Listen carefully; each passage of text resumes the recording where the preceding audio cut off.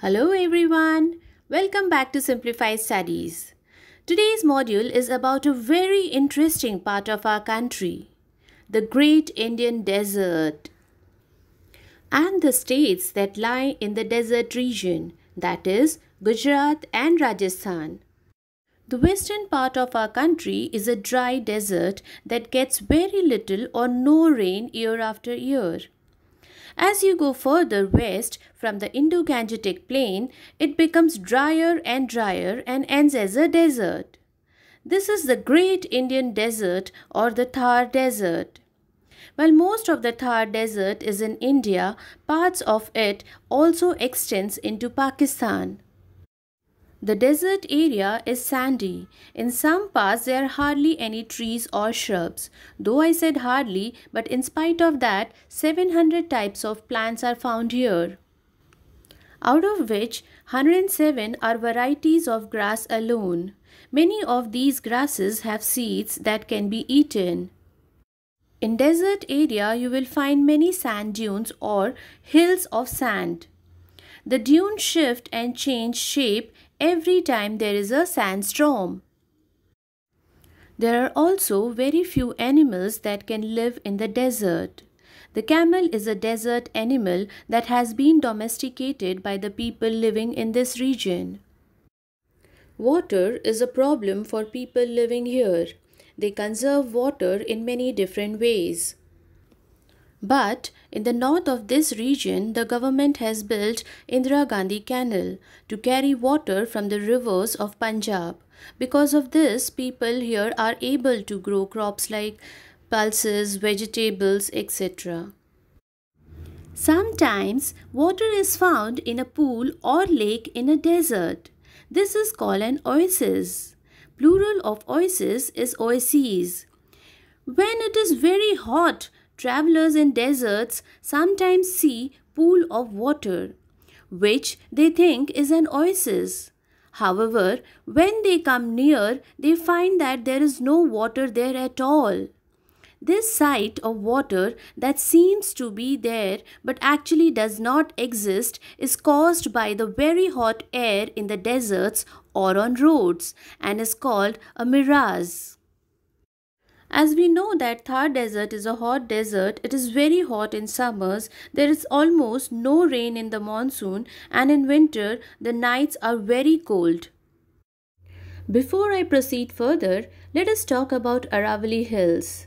The Aravallis date back to millions of years when a pre-Indian subcontinent collided with the mainland Eurasian plate. The word Aravalli has originated from the Sanskrit language Ara and Vali, which literally means the line of peaks. Geologists say that Aravalli mountain range is as old as 350 million years, which is like older than Himalayan range, thus making it the oldest range of fold mountains in India. The highest peak of Aravalli range is Guru Shikhar, which is in Mount Abu. Aravalli range is rich in minerals such as marble, granite and sandstone. The Aravalli range in Rajasthan acts as a barrier between the Thar Desert and the eastern Rajasthan. As a result, it prevents the desert from spreading to the eastern part of the Rajasthan. And it is only because of Aravalli range that Udaipur witnesses such a pleasant weather throughout the year.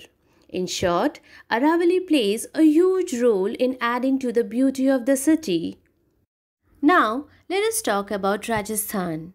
Jaipur is the capital of Rajasthan. It is also called the Pink City because of the buildings that are painted in this color. Here's a picture of world famous Hawa Mahal. It looks pink in color because it is constructed using red and pink color sandstone. Other important cities are Mount Abu, known for its Dilwara Jain temple, which are famous for the beautifully carved marble work. Jodhpur, Udaipur and Jaisalmer are famous for old palaces. Rajasthan is also famous for its handicrafts such as miniature paintings, blue pottery, colorful tie and dye fabrics and clothes, then hand painted furnitures and silver jewelries with semi precious stones of many different colors. Gargaur is an important festival of the state. Tej is another important festival which is celebrated in the monsoon. The Camel Fair at Pushkar in October or November each year is a big event with thousands of camels and other cattle. There are many chemical and textile industries in Rajasthan. Copper is an important mineral found here. The Taj Mahal was built from a white marble which was mined from a town called Makrana in Rajasthan. Not only in Taj Mahal, but the famous marble that is used in buildings all over India comes from Makrana. The river Luni starts from Aravalli range, flows through Rajasthan and ends or disappears in the extreme west of the region. The Banas and Banganga are other rivers here. Water from river Satluj has been brought to the desert through Rajasthan Canal, also known as Indira Gandhi Canal. It is one of the longest canal in India. Now, let us study about Gujarat. The capital city of this state is named after Mahatma Gandhi. It is called Gandhinagar. Porbandar is important as it is the birthplace of Mahatma Gandhi. Another important city is Ahmedabad. It is situated on the Sabarmati River. It is not only famous for its cotton mills but also for Gandhiji's ashram, where you can still see Gandhiji's letters and personal belongings and even the famous spinning wheel that he used for spinning khadi thread. The popular Amul brand of milk and milk products like butter, cheese, ice cream, chocolates are made in nearby Anand. The farmers of this area worked together to produce and collect milk and today have made their cooperative world famous. Navratri with its Dandiya and Garba dance is the main festival of Gujarat. Men and women wear colorful clothes and dance to the beats of the sticks that they hold in their hand. Gujarat has some well-known nature reserves. It is the only place in India where the Asian lion is found in the forest of Gir. There are bird sanctuaries in the marshy areas of Gujarat where hundreds of pink flamingos come in the winter. On Republic Day in 2001, a severe earthquake hit Gujarat and nearby Pakistan. In Gujarat, about 30,000 people died, many more were injured, and thousands of buildings and houses were destroyed. The rivers Narmada and Tapi flow across the state. The coastal areas have the papyrus plant from which a special paper is made. In the salty marshes of the west coast, salt making is an important activity. The state also has several industries such as oil and gas, textile and chemicals. Oilseeds, cotton and bajra are the main crops grown here. Now, let us study about the Union territories of Daman and Diu and Dadra and Nagar Haveli. Earlier, they were separate Union territories, but now they are merged together for better administration. Let us first talk about Daman and Diu. Daman and Diu are two places separated by a stretch of the Arabian Sea known as Gulf of Khambat. Daman is a coastal town near the southern border of Gujarat. Diu is an island off the southern coast of Gujarat. Daman is the capital for both Daman and Diu and for Dadra and Nagar Haveli. Both Daman and Diu were earlier Portuguese colonies and they became part of India several years after India became independent, that is, in December 1961. Daman is on alluvial coastal plain and therefore good for growing crops. Rice, ragi, pulses and beans are grown in Daman. The river Daman Ganga flows through Daman. A greater part of Diu is covered with sand and marshy area. Bajra and coconuts are grown in Diu. Fishing and salt making are also important in Diu. Now, let us talk about Dadra and Nagar Haveli.